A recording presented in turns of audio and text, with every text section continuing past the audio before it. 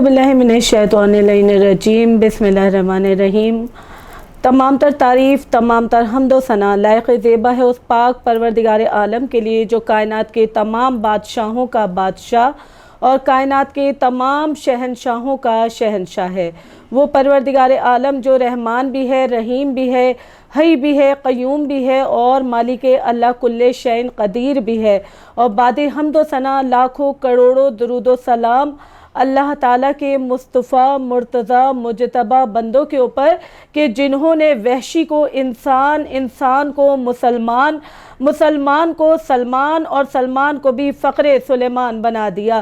کہیں بے ذر کو دیکھا تو اسے ابو ذر بنا دیا، کہیں بے داد کو دیکھا تو اسے مقداد بنا دیا، کہیں بے مال کو دیکھا تو اسے بلال بنا دیا، کسی مجبور کو دیکھا تو اسے مختار بنا دیا، کسی کو بے پر و پرواز دیکھا تو اسے شہباز بنا دیا۔ اور پھر ان ہستیوں نے جہاں بھی کہیں بھی منکروں کو دیکھا تو انہیں فنار کر دیا۔ اور ہماری اور آپ کی خوش نصیبی یہ ہے کہ ان ہستیوں نے جہاں ہمیں اور آپ کو دیکھا تو سچا عزادار حسین ابن علی علیہ السلام بنا دیا۔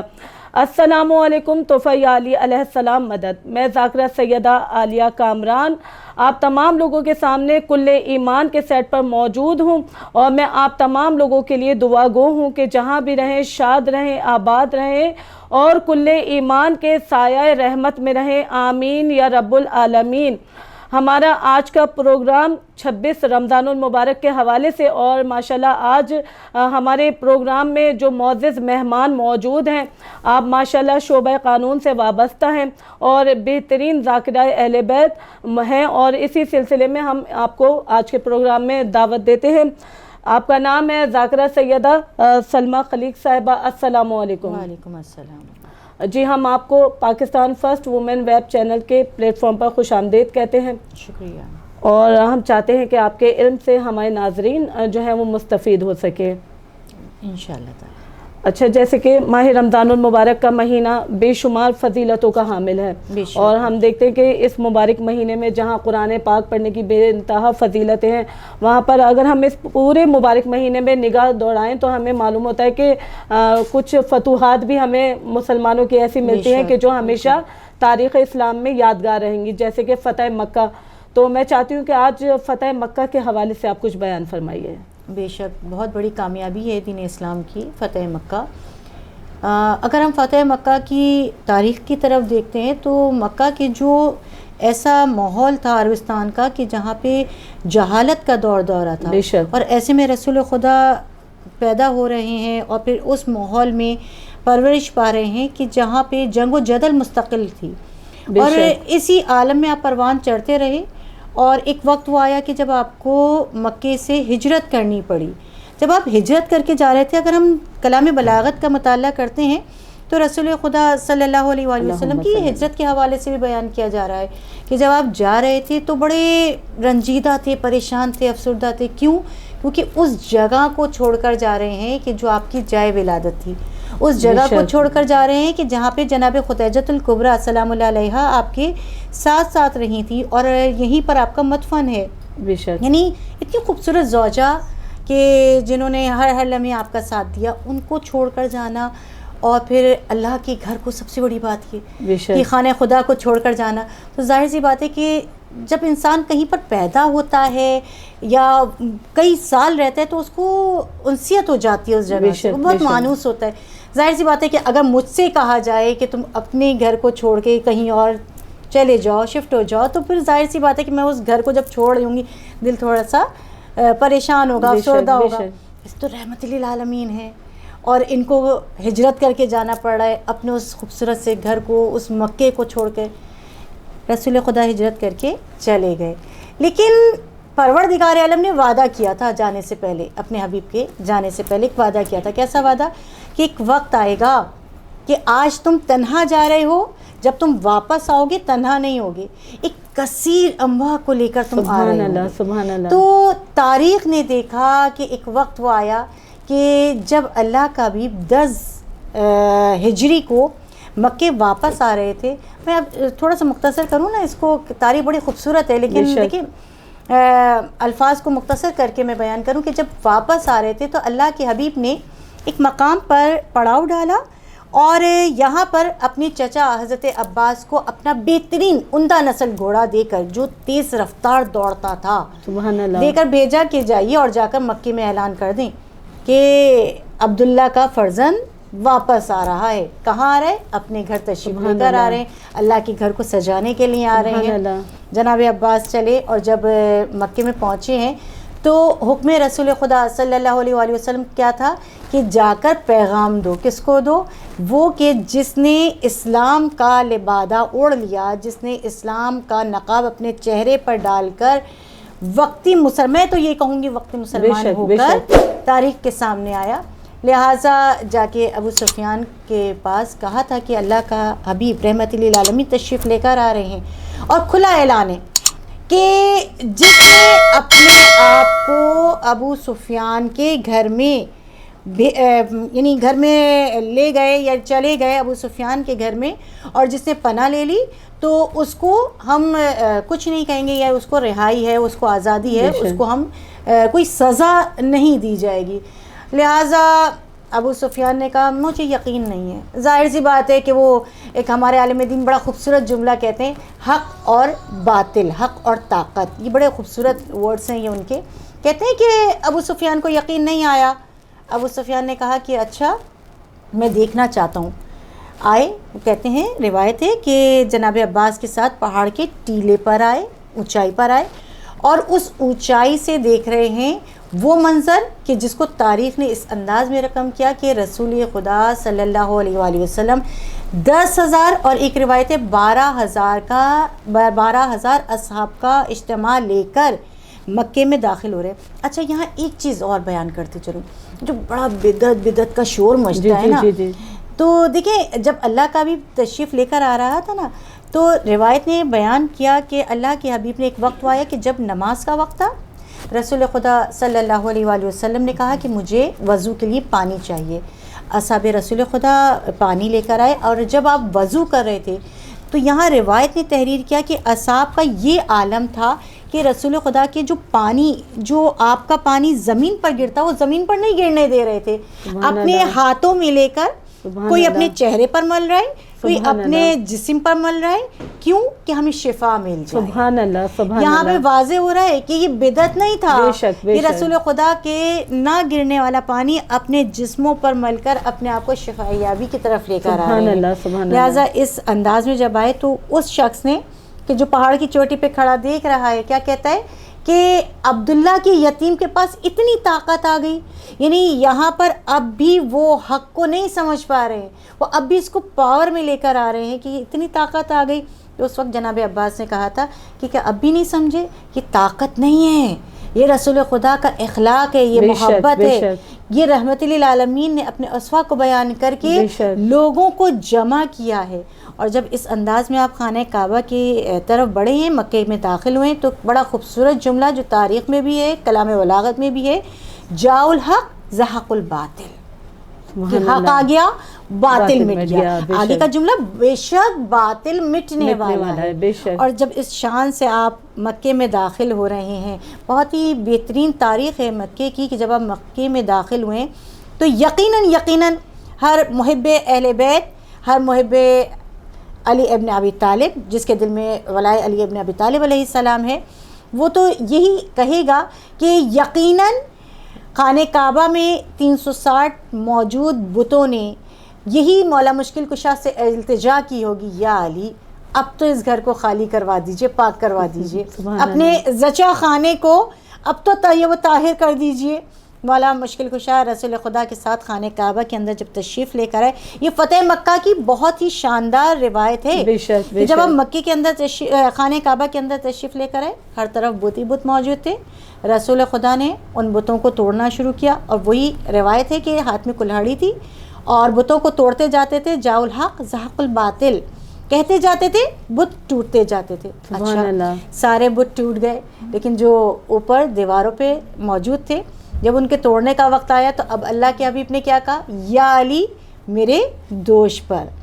یقیناً وہ وقت بھی ذہنوں میں ہوگا لوگوں کے کہ جب اللہ کے حبیب نے کہا تھا کہ اے علی میرے دوش پر آ جائیے. اور جب اللہ کے حبیب کے دوش پر مولا مشکل کشا تشریف لے کر آئے ہیں تو مولا مشکل کشا نے کہا تھا یا رسول خدا آج تو اتنی اونچائی پر پہنچ چکا ہوں کہ اگر آپ کہیں آسمان سے کوئی چیز آپ کو دے دوں تو میں اپنے ہاتھوں کو بڑھا کر آسمان کی چیز آپ کے حوالے کر دوں گا. خرص مولا مشکل کشا نے تمام بتوں کو توڑا.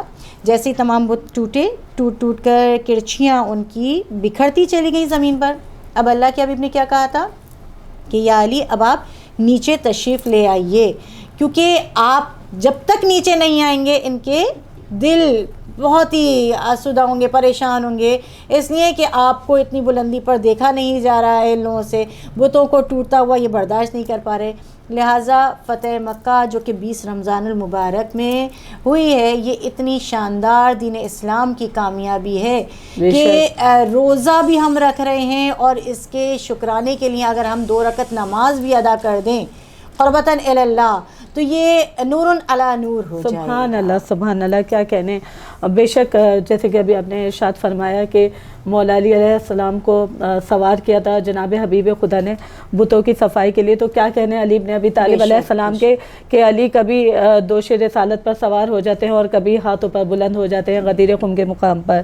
بہت بہترین آپ نے جواب دیا. اچھا اسی حوالے سے ایک اور سوال میں کرنا چاہوں گی کہ ماشاءاللہ کئی فتوحات ہیں ماہ رمضان المبارک میں جن میں ایک فتح جنگ بدر بھی ہمیں ملتی ہے. تو میں چاہتی ہوں کہ اس سلسلے میں بھی آپ ذرا وضاحت فرمائیے. جنگ بدر ماشاءاللہ بہترین اسلام کی پہلی فتح, اور یہ 17 رمضان المبارک, یعنی اگر ہم رمضان المبارک کی فضیلتوں کی طرف نگاہ کرتے ہیں تو پروردگار عالم نے بے شمار فضیلتیں رمضان المبارک میں رکھ دی ہیں. ہماری تمام آسمانی کتابیں اسی رمضان المبارک میں نازل ہو رہی ہیں. اتنی بہترین فتوحات ہیں کہ جو اسی رمضان المبارک میں پروردگار عالم اپنے حبیب کو عطا کر رہے ہیں. فتح جنگ بدر 17 رمضان المبارک کو, اور یہ وہ فتح بدر ہے کہ بدر جو کہ ایک میدان تھا. جی اور جب اللہ کے حبیب نے احکام خداوندی کا پرچار کرنا شروع کیا, دین اسلام کو پھیلانا شروع کیا, تو یہاں پر دشمن آپ کے قتل پر آمادہ ہو گئے. اب یہاں پر تاریخ نے کیا لکھا کہ اللہ کا حبیب جب چلے ہیں جنگ کرنے کے لیے تو فقط 313, ہم کہتے ہیں نا 313 مجاہدوں کا ایمان کہ جو اتنا کامل تھا, کہ جن کو اللہ کے حبیب پر اتنا کامل ایمان تھا کہ ہمیں کچھ نہیں ہوگا اور ہم فتح پا جائیں گے. اور اللہ کے حبیب نے یہی دعا کی تھی بدر کے مقام پہ کہ یا پروردگار اعظم. اچھا بڑی تکلیف ہوتی ہے اس یا کے ساتھ, لیکن یہ پروردگار کو مخاطب کرنے کا بڑا خوبصورت انداز ہے کہ یا پروردگار عالم, یہ جو میری مٹھی بھر فوج ہے اس کو فتح و کامرانی عطا فرما دی. دشمن کثیر تعداد میں تھے, یہاں پہ فقط 313 مجاہدین, لیکن ان 313 مجاہدین میں اگر ہم دیکھتے ہیں تو مولا مشکل کشا علی ابن ابی طالب علیہ السلام کے جنہوں نے 13 سال کی سن میں, یا یہ کہہ لیجئے کہ میں تو یہ کہوں گی, وہ تاریخ نے کہا 13 سال, میں یہ کہوں گی کہ ولادت کے وقت سے ہی اپنے ہاتھوں کو بلند کر کے کہا تھا یا رسول خدا صلی اللہ علیہ وآلہ وسلم قدم بقدم میں آپ کے ساتھ ساتھ. اور بچپن کے بھی کئی واقعات مولا مشکل کشا کے ہمیں ملتے ہیں اسی حوالے سے کہ جب لوگ رسول خدا کو پریشان کیا کرتے تھے تو مولا مشکل کشا کا کیا طریقہ کار تھا کہ کس طرح ان کو رسول خدا سے دور ہٹایا کرتے تھے. بہرحال فتح مکہ کے فتح جنگ بدر جو کہ مولا مشکل کشا اور جناب حمزہ آپ یعنی رسول خدا کے چچا جب آپ اس میدان میں پہنچے ہیں تو یہاں پہ جو تعداد کثیر تھی, اور جب مقابلہ ہوا ہے تو روایت نہیں کہا کہ مولا مشکل کشا یعنی کفار کے 70 نعرے جہنم ہوئے ہیں, لیکن اگر ہم 70 کی طرف ہم تعداد کی طرف نگاہ کرتے ہیں تو تعداد میں 35 ایسے تھے کہ جن کو خود رسول خدا صلی اللہ علیہ وآلہ وسلم کے جانشین نے اپنے ہاتھوں سے قتل کیا تھا. اچھا قتل کرنے کا طریقہ کار کیا تھا اگر ہم دیکھتے ہیں نا تو مولا مشکل کشا کی جب تلوار ظالم پر چلتی تھی تو وہ 2 پارا کر دیتی تھی. لہٰذا جب مقتولین کو شمار کیا گیا تو ایسے کئی مقتول نظر آئے کہ جن کو مولا مشکل کشا نے اپنے ہاتھوں سے قتل کیا تھا. لہٰذا فتح مکہ کی ایک سب سے بڑی جو یہ کہہ لیجئے کہ کامیابی و کامرانی ہے وہ یہ ہے کہ جب یہ فتح مکہ کے بعد واپس آئے تھے، تاریخ نے لکھا، کتب میں موجود ہے کہ جب وہ واپس آ رہے تھے جو کہ رات انتہا سے زیادہ تاریخ، انتہا سے زیادہ ٹھنڈ، اور رسول خدا نے ایک مقام پر پڑاؤ کیا تھا. جب اس مقام پر پڑاؤ کیا تو ایک وقت ایسا آیا کہ جب اللہ کے حبیب نے کہا تھا کہ مجھے اس وقت شدت کی پیاس محسوس ہو رہی ہے کوئی جو مجھے پانی لا کر پلائے. اچھا رات بہت تاریخ تھی، ہاتھ کو ہاتھ سجائی نہ دے، اور ٹھنڈ بھی انتہا تھی. ایسے میں جب رسول خدا نے یہ سوال کیا ہے تو کوئی بھی ایسا نہیں تھا کہ جو آ کر کہے کہ ہم آپ کے لیے یہ خدمت انجام دینے کو آمادہ ہیں. جب ہر طرف سے خاموشی تھی، اسی طرح مولا مشکل کشا جو ہمیشہ ہر مشکل میں کام آئے، آگے بڑھ کر کہا یا رسول خدا صلی اللہ علیہ وآلہ وسلم میں پانی لے کر آنے کے لیے تیار ہوں. اللہ کے حبیب نے دعاؤں کے سائے میں مولا مشکل کشا کو بھیج دیا. اب یہاں پہ کہا کہ بدر کا کنواں کہ جس میں جب مولا مشکل کشا جس کے قریب جب پہنچے ہیں تو روایت نے کہا وہاں پہ کوئی ایسی چیز، یا میں اپنے انداز میں کہوں کہ ڈول یا کوئی ایسی چیز نہیں تھی کہ جس کے ذریعے وہ پانی کو کھینچتے. مولا مشکل کشا اس کنویں کے اندر خود اترے ہیں، پانی کو اندر سے لے کر باہر تشریف لے کر آئے، اور جب چلنا چاہا ہے روایت نے کہا کہ جیسے ہی چلنا چاہتے تھے بہت تیز ہوا کا جھونکا، اتنا تیز ہوا کا جھونکا تھا کہ مولا مشکل کشا بیٹھ گئے. آگے قدموں کو نہیں بڑھایا کیونکہ ہوا بہت تیز تھی، مولا مشکل کشا بیٹھ گئے اور پھر مزید آگے بڑھنا چاہا. دوسری مرتبہ بھی یہی عالم تھا، پھر آگے بڑھے، تیسری مرتبہ بھی یہی عالم تھا. جب 3 مرتبہ یہی عالم دیکھا، پھر اس کے بعد جب رسول خدا کی طرف پہنچے ہیں کہا بہت آنے میں دیر کر دی. کہا یا رسول خدا میں جب چلنا چاہتا تھا تو ہوا کا جھونکا اس طرح مجھے روک لیتا تھا. کہا کہ آپ کو نہیں معلوم کہ یہ کیا تھا؟ کہا یا رسول خدا یہ کیا تھا؟ کہا کہ آپ کی کامیابی اور کامرانی کی تحفے میں پروردگار عالم نے 1000 ملائکہ جبرائیل امین کے ساتھ آپ کی سلامی کے لیے بھیجے تھے. پھر آپ نے چلنا شروع کیا، پھر دوبارہ 1000 ملائکہ، پھر چلنا شروع کیا. یعنی یہ وہ لمحات تھے کہ بیک وقت 3000 ملائکہ مولا مشکل کشا کی سلامی کے لیے اس میدان میں تشریف لے. سبحان اللہ، سبحان اللہ، بڑا خوبصورت جواب. یقیناً یہ عظیم ذکر ایسا ہے کہ جس میں ہم ساری زندگی بھی تمام کر لیں تو بہت کم ہے، لیکن کیونکہ دامن وقت میں اتنی گنجائش نہیں ہے. انشاءاللہ تعالیٰ زندگی رہی تو پھر نیکسٹ پروگرام میں آپ سے یقیناً استفادہ حاصل فرمائیں گے. ہم آپ کے بہت شکر گزار ہیں کہ آپ نے اپنی قیمتی مصروفیات میں سے ہمارے لیے وقت نکالا، اور میں دعا گو ہوں اپنے تمام ناظرین کے لیے کہ جہاں بھی رہیں شاد رہیں، آباد رہیں، اور کل ایمان کے سایہ رحمت میں رہیں. بالخصوص KSTV ٹیم اور CEO ڈاکٹر خانم سیدہ کاظمی صاحبہ کو پروردگار عالم صحت، زندگی، تندرستی عطا فرمائے اور نظر بد سے محفوظ فرمائے. آمین یا رب العالمین. والسلام علیکم.